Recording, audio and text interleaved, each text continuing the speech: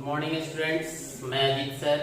आज हम लोग क्लास 7 के लिए साइंस को पढ़ने के लिए चलेंगे और इसमें जो क्लास 7 का साइंस है उसके चैप्टर 7 को हम लोग पढ़ेंगे। तो विद्यार्थियों से आपसे आग्रह है, निवेदन है और आप लोगों को यह आदेश भी देते हैं कि आप लोग वीडियो को देखने से पहले आप बुक को निश्चित रूप से पढ़ें।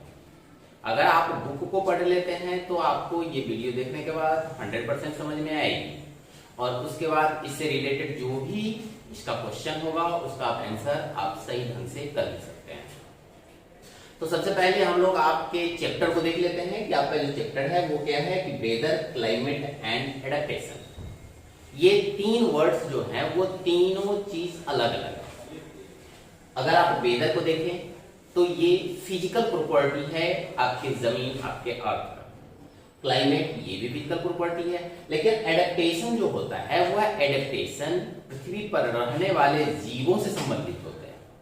ठीक है, तो इस तरीके से आप अगर देखेंगे तो यहां पर एडेप्टेशन, वेदर और क्लाइमेट तीनों वर्ड्स अलग अलग हैं, लेकिन वेदर और क्लाइमेट जो होते हैं वो दोनों लगभग मिलते जुलते वर्ड्स होते हैं जो कि पृथ्वी के नेचर यानी कि इसके फिजिकल स्थिति को बताता है, भौतिक स्थिति को बताता है।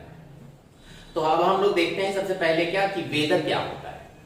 वेदर जो होता है वह प्रत्येक दिन बदलने वाली पृथ्वी की जो स्थितियां होती है उस स्थितियों के आधार पर कि आपके आस पड़ोस वातावरण जो होते हैं वह वातावरण में जो बदलाव होते हैं वही आपका वेदर होता है।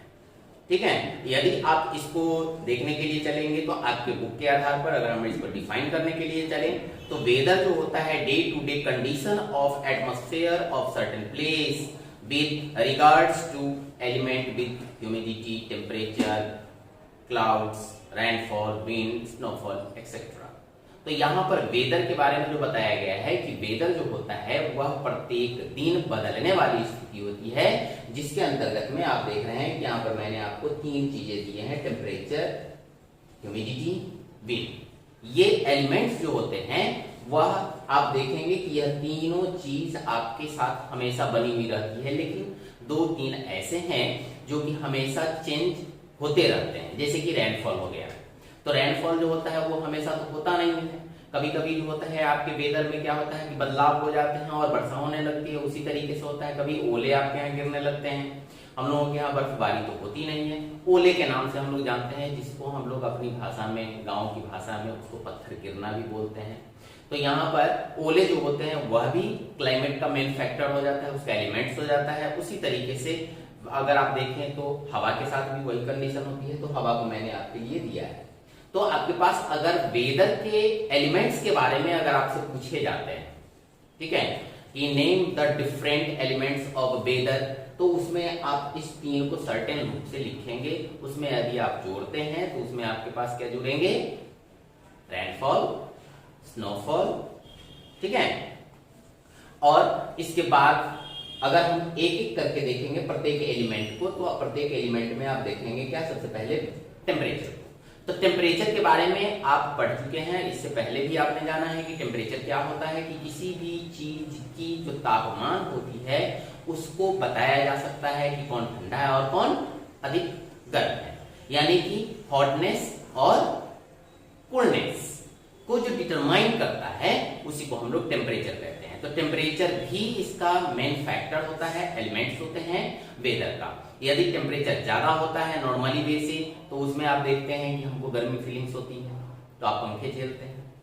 उसी तरीके से जितना ज्यादा गर्मी होगा तो वर्षा भी उतने ही अधिक होते हैं। उसका कारण क्या होता है कि इवेपोरेशन की क्रिया जितनी ज्यादा होगी उतना ज्यादा एटमॉस्फेयर में क्या हो जाएंगे, पानी के कण होंगे और वह ठंडे होकर, संघनित होकर, यानी कि वह क्या हो जाता है, कंडेंस हो जाते हैं और ड्रॉपलेट्स ऑफ वाटर में चेंज करके वो हमारे पृथ्वी पर फिर वर्षा के रूप में, ओले के रूप में, बर्फ के रूप में गिरते हैं।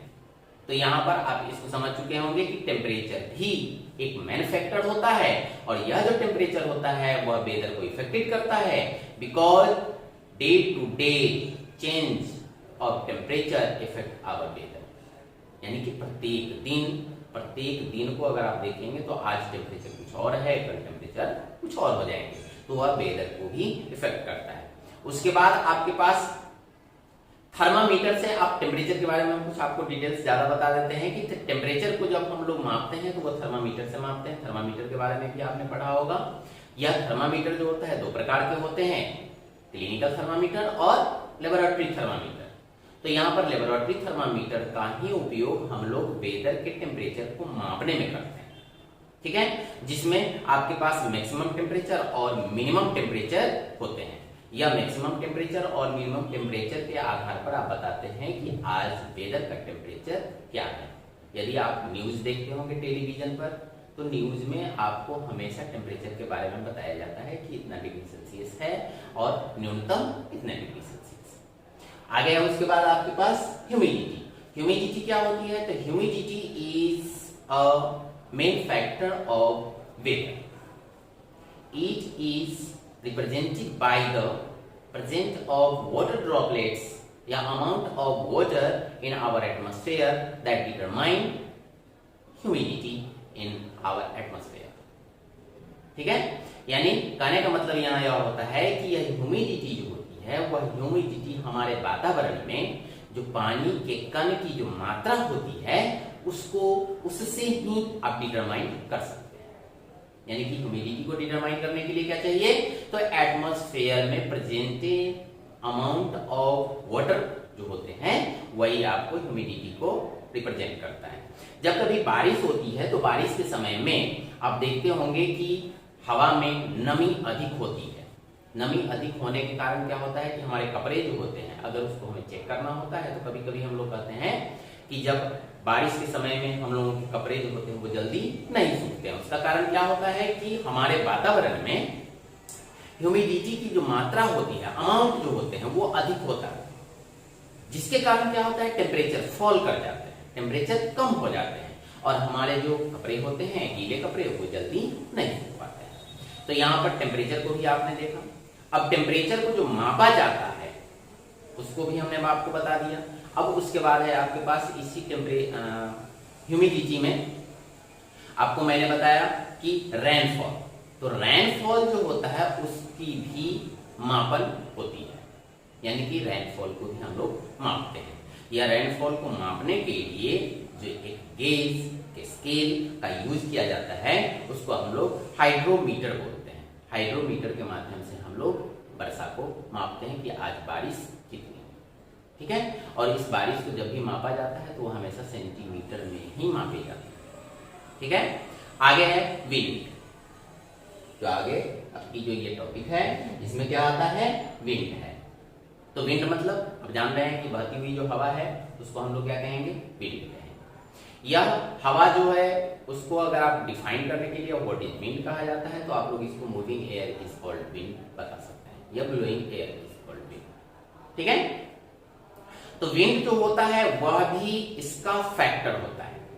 हवा भी वेदर का फैक्टर होता है। जब हवा कभी तेज होती है, जब हवा कभी तेज होती है तो टेम्परेचर ज्यादा होने के बावजूद भी हमें कम लगती है। इसका कारण यह होता है कि हमारे शरीर से जो गर्मी के कारण, टेम्परेचर अधिक होने के कारण जो हमारे शरीर से पसीने निकलते हैं वह हवा में इवेपोरेट्स करते हैं और इवेपोरेशन के कारण हमारे शरीर को वह ठंडक प्रदान करती है।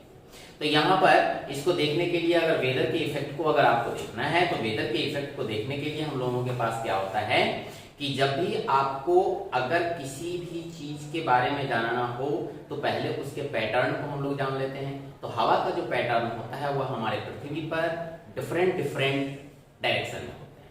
इसका कारण यह होता है कि इंडिया में जो भी हवा आती है वह साउथ वेस्ट हवा से भी आ सकती है, ठीक है, या फिर साउथ ईस्ट से भी आती है। तो यहाँ पर साउथ ईस्ट, साउथ वेस्ट और वेस्ट साउथ, ये तीन तरह से हम लोगों के यहाँ हवा के पैटर्न आते हैं। तो अगर हम देखेंगे कि वेस्ट ऑफ बंगाल यानी कि बे ऑफ बंगाल से अगर जो हवा आती है यानी कि इंडियन ओशन से भी आते हैं, तो बे ऑफ बंगाल से आने वाली जो हवा होती है वह कहां से होकर के आती है? तो भूगोल में आप लोगों ने, ज्योग्राफी में आप लोगों ने पढ़ा होगा कि वह सीधे हम लोगों के तरफ ही आती है बे ऑफ बंगाल से और उड़ीसा होते हुए फिर हम लोगों के यहाँ तक पहुंचती है, तो हम लोग उसको पूर्वा हवा, यानी कि वह समुद्र के हम लोग अधिक नजदीक हो जाते हैं, तो उस हवा में क्या हो जाता है कि नमी अधिक होती है, यानी कि ठंडक अधिक होती है। लेकिन वही हवा यदि आपको वेस्ट साउथ से आती है तो उसमें ड्राइनेस ज्यादा होता है, इसको हम लोग पछुआ हवा भी बोलते हैं। और यही यदि हवा साउथ से निकल करके वह पहाड़ी रेंज से होकर के टकरा करके फिर हम लोगों के यहाँ आती है, तो उसमें भी शुष्कता ज्यादा होती है, यानी कि ड्राइनेस ज्यादा होती है। तो यह जो विंड पैटर्न होता है वह विंड पैटर्न ही माउंटेन पर डिपेंड करता है, ठीक है। यानी कि जब भी हम लोगों के यहाँ बारिश के समय होती है तो जिसको हम लोग मानसूनी विंड बोलते हैं, वह मानसूनी विंड इंडियन ओशन से निकलती है और बे ऑफ बंगाल से निकलती है और हम लोगों के यहाँ बारिश होती है, ठीक है। तो आगे अब हम लोग देखते हैं उसके आगे फिर आपके पास क्या है। तो उसके बाद आपके पास आता है क्लाइमेट। अगला जो टॉपिक है वो है आपके पास क्लाइमेट। अब क्लाइमेट को जानते हैं कि क्लाइमेट क्या होता है। तो वेदर और क्लाइमेट के बारे में मैंने अभी आपको बताया था कि ये ज्यादा डिफरेंस नहीं होता है। वेदर में क्या होता है कि वो प्रत्येक दिन बदलती रहती है, लेकिन क्लाइमेट जो होता है वह भी वेदर ही है, लेकिन यह प्रत्येक दिन नहीं बदलती, यह लंबे समय तक बनी रहती है। यदि आप इसको डिफाइन किया जाए तो आपके बुक के अनुसार the average prevails over a long period of time at a place is called climate, ठीक है। जो औसतन मौसम होती है, ठीक है। The average weather prevails over a long period of time at a place is called climate. एक स्थान पर लंबे समय तक जब एक ही प्रकार के वेदर होते हैं तो उसको हम लोग क्लाइमेट बोलते हैं। जैसे कि क्लाइमेट हम लोगों के यहाँ जो नॉर्मली रूप से देखे जाते हैं वह नॉर्मली रूप से हम लोग अपने क्लाइमेट को 3 पार्ट्स में बांट लेते हैं। एक वर्षा होता है, दूसरा गर्मी होती है और तीसरी शरद होती है, जिसको हम लोग ठंडा बोलते हैं, ठीक है। लेकिन बीच में हम लोगों के यहाँ बसंत भी आती है, ठीक है।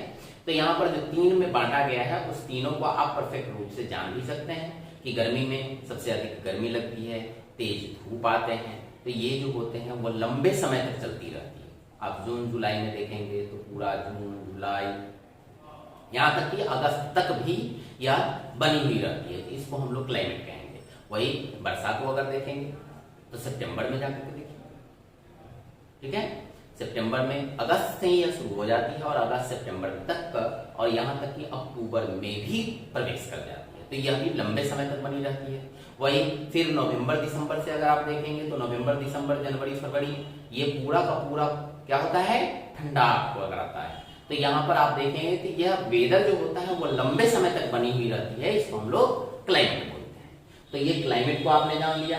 अब क्लाइमेट चार्ट क्या होता है उसको जान लीजिए कि क्लाइमेट चार्ट जो होता है आप देखे होंगे कि ज्योग्राफी में आपको बताया गया होगा कि ग्लोब पर कुछ ऐसे क्षेत्र को निर्देशित किए जाते हैं जिसमें आपको उसके हवा की स्थिति को बताई जाती है, वर्षा अधिक होने की स्थिति को बताई जाती है, गर्मी अधिक होने की स्थिति को बताई जाती है।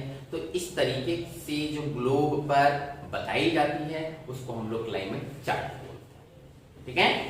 तो यहां तक आप लोग क्लाइमेट चार्ट तक समझ गए होंगे। उसके बाद आपके पास आता है factor affecting climate of a place, मतलब एक स्थान पर जो एक खास स्थान है वह किसी भी स्थान को यह निर्धारित कर सकता है।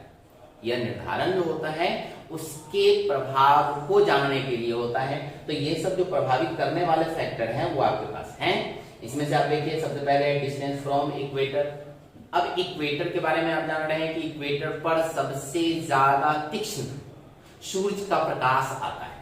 तीक्ष्ण कहने का मतलब कि सबसे तेज रोशनी आती है, वहां पर गर्मी जो होती है वो सबसे ज्यादा होता है। अब अगर डिस्टेंस को देखेंगे तो इक्वेटर से जितना अधिक डिस्टेंस पर बढ़ते जाएंगे वहां पर गर्मी धीरे धीरे घटती चली जाती है, यानी कि वहां का जो क्लाइमेट होता है वह बदलता चला जाता है। वहीं इक्वेटर के नजदीक अगर जितना हम जाते जाएंगे, दूर से यदि हम नजदीक जाते जाएंगे तो टेम्परेचर जो होगा वह इंक्रीज करता जाएगा और वहां का जो ड्राइनेस होगा वह भी बढ़ता चला जाएगा।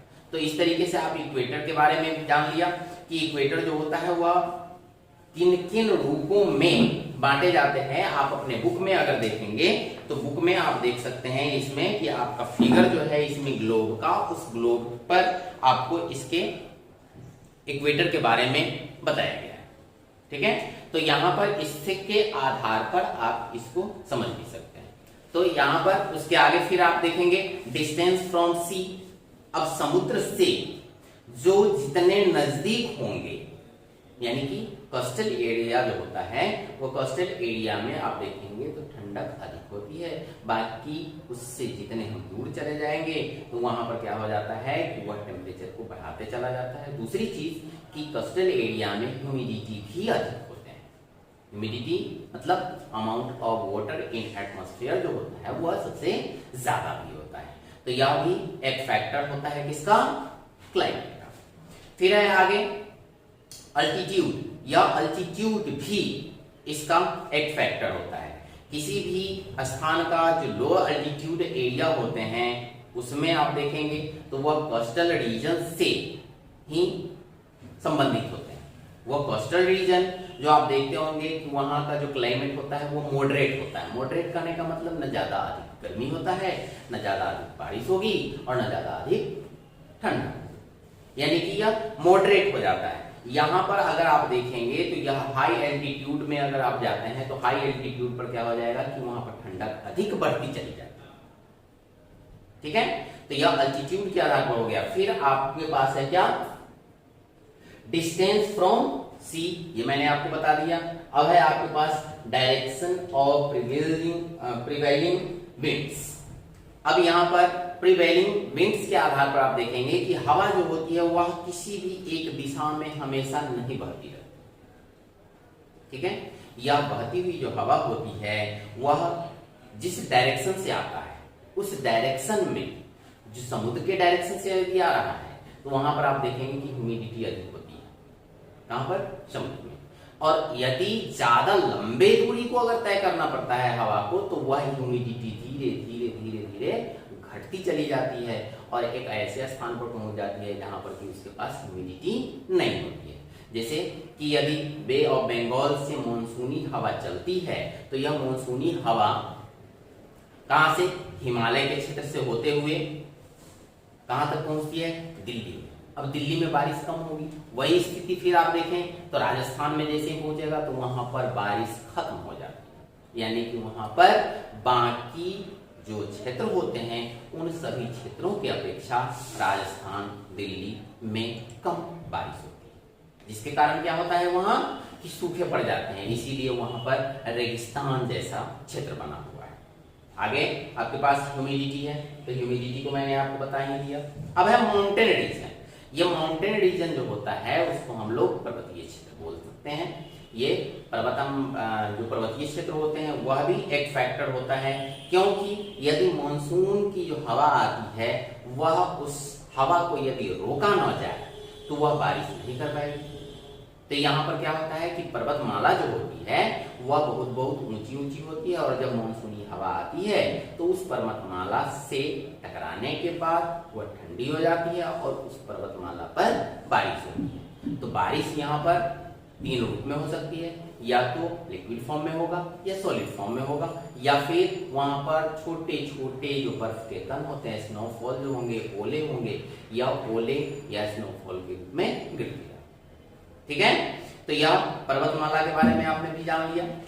अब आगे आपके पास जो इसके बीच में डिफरेंसेस है वो आपके बुक में है। आप उस बुक के आधार पर आप इसको देखेंगे कि यह difference between weather and climate को आप देख लीजिए कि वेदर में जो होता है, weather is applicable to smaller area, यानी कि वेदर जो होता है बहुत ही छोटे, हर क्षेत्र में डिफरेंट डिफरेंट हो जाता है। अभी भी आप देखते होंगे यहाँ कि क्या होता है कि पटोरी में बारिश हो रही है और बनारस में बारिश नहीं हो रही है। तो यहाँ पर आप इसको भी समझ रहे हैं कि वेदर जो होता है हर जगह पर वो डिफरेंट डिफरेंट होते हैं, लेकिन क्लाइमेट जो होता है वो ऐसा नहीं होता है। यदि हमारे यहाँ सर्दी है तो पटोरी में भी सर्दी होगी, जंदाहा में भी सर्दी होगी। तो यहाँ पर ये चेंज नहीं होते हैं, यानी कि दोनों जगह पर सेम होते हैं। तो इस तरीके से आप इसके डिफरेंसेस को आप अपने बुक में समझ सकते हैं। उसके बाद आपके पास आता है इसमें सेल्फ चेक क्वेश्चन, उसको आप सोल्व करेंगे और इसके साथ साथ असाइनमेंट को भी सोल्व करेंगे। तो आज हम केवल इतना ही पढ़ेंगे, अगले वीडियो में फिर हम आपसे मिलते हैं। ठीक है, थैंक यू।